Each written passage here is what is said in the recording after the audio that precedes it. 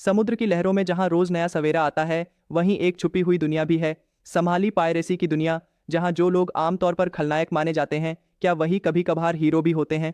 नमस्कार दोस्तों, मैं हूं अभय और स्वागत है आपका एक और रोमांचक वीडियो में। आज बात करेंगे एक ऐसे टॉपिक पर जो आपको हैरान भी करेगा और सोचने पर मजबूर भी करेगा। टाइटल है the crazy life of Somali pirates.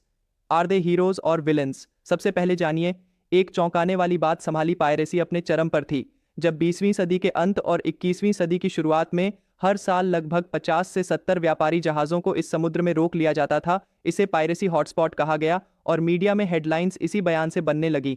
लेकिन सवाल यही है, क्या ये लोग सिर्फ लुटेरे हैं या उनके पीछे कुछ लार्जर सोशल और इकोनॉमिक वजहें भी हैं।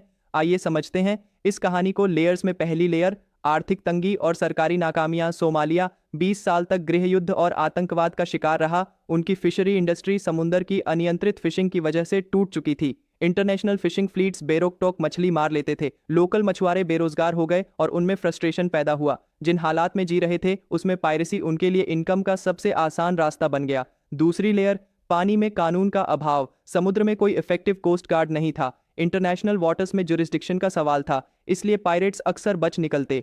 कई बार यूएन और नेवी ने ऑपरेशंस भी चलाए, लेकिन उसके बाद फिर पीक पर लौट आते। तीसरी लेयर, पायरेसी का स्ट्रक्चर और ऑपरेशन। पायरेट्स छोटे स्पीडबोट्स में आते, अनआर्म्ड कमर्शियल वेसल्स पकड़े जाते, क्रू को हॉस्टेज बनाया जाता, फिर लार्ज रैंसम डिमांड की जाती, कुछ समय में परिवार को पे करवाया जाता और सम्मान, पैसा और खुले समुद्र की आज़ादी वापस मिलती। चौथी लेयर, पायरेट्स के बीच हायरार्की और पावर स्ट्रक्चर। कुछ पायरेट गैंग्स ने स्ट्रॉन्ग लीडरशिप बना ली थी। उनके पास एयर सर्वेलेंस डेटा तक था, पर वे खुद को उनमें से एक आम मछुआरे बताते। इससे जनता में एक तरह की सिंपैथी बनी, खासकर तब जब रैंसम से गांव में स्कूल और क्लिनिक बनाए गए। पांचवी layer, international reaction. NATO, EU, United states और इंडियन नेवी भी एंटी पायरेसी ऑपरेशंस चलाते रहे, लेकिन पायरेट्स अक्सर एस्केप्ड हो जाते। कई एनजीओज और थिंक टैंक्स जैसे इंटरनेशनल मैरीटाइम ऑर्गेनाइजेशन ने फिशरीज कंजर्वेशन की दिशा में काम किया, लेकिन ये एफर्ट्स अक्सर शनिवार बाजार की तरह हाफ हार्टेड दिखते। अब आते हैं मॉरल डिलेमा पर। क्या ये लोग विलन्स हैं या फोर्स्ड इनटू विलनी। अगर आप सिर्फ लॉज देखेंगे तो वे क्लियरली क्रिमिनल्स हैं, लेकिन अगर कॉन्टेक्स्ट देखेंगे तो ऐसा लगता है कि मिड सी रॉबरी उनके लिए सर्वाइवल का रास्ता था। अब चलिए सुनते हैं कोई सरप्राइजिंग फैक्ट। कुछ पायरेट लीडर्स रैंसम का कुछ हिस्सा गांवों में रीडिस्ट्रीब्यूट करते। एक सर्वे में सामने आया कि कई स्थानीय लोग उन्हें रॉबिन हुड जैसा मानते थे। चोरी तो करते थे, लेकिन गरीबों में कुछ पैसा भी बांटते थे। लेकिन इसमें ड्रामा भी है। कभी कभी क्रूज को साइकोलॉजिकल टॉर्चर और वायलेंस से गुजरना पड़ता था। रिश्तेदार दबाव बनाते थे रैंसम के लिए, और जब पैसा नहीं मिलता था तो ट्रेजेडीज होती थीं। अब बात करते हैं आज की रियलिटी। 22 वर्ष से 21वीं सदी के दूसरे दशक की शुरुआत तक पायरेसी कम हुआ। इंटरनेशनल नेवी की कांस्टेंट प्रेजेंस और सोमालिया की पॉलिटिकल स्टेबिलिटी से मदद मिली, लेकिन नाविकों की इनकम अस्थिर है। इलीगल फिशिंग खत्म नहीं हुआ और क्लाइमेट चेंज की वजह से अब भी टेंशन बनी हुई है। तो क्या ये लोग कभी हीरो बन सकते हैं? शायद। क्या वजह से ये रास्ता चुनना पड़ा? उस वजह से लोग कुछ सिंपैथी दिखाते हैं, लेकिन लॉ का पालन जरूरी है।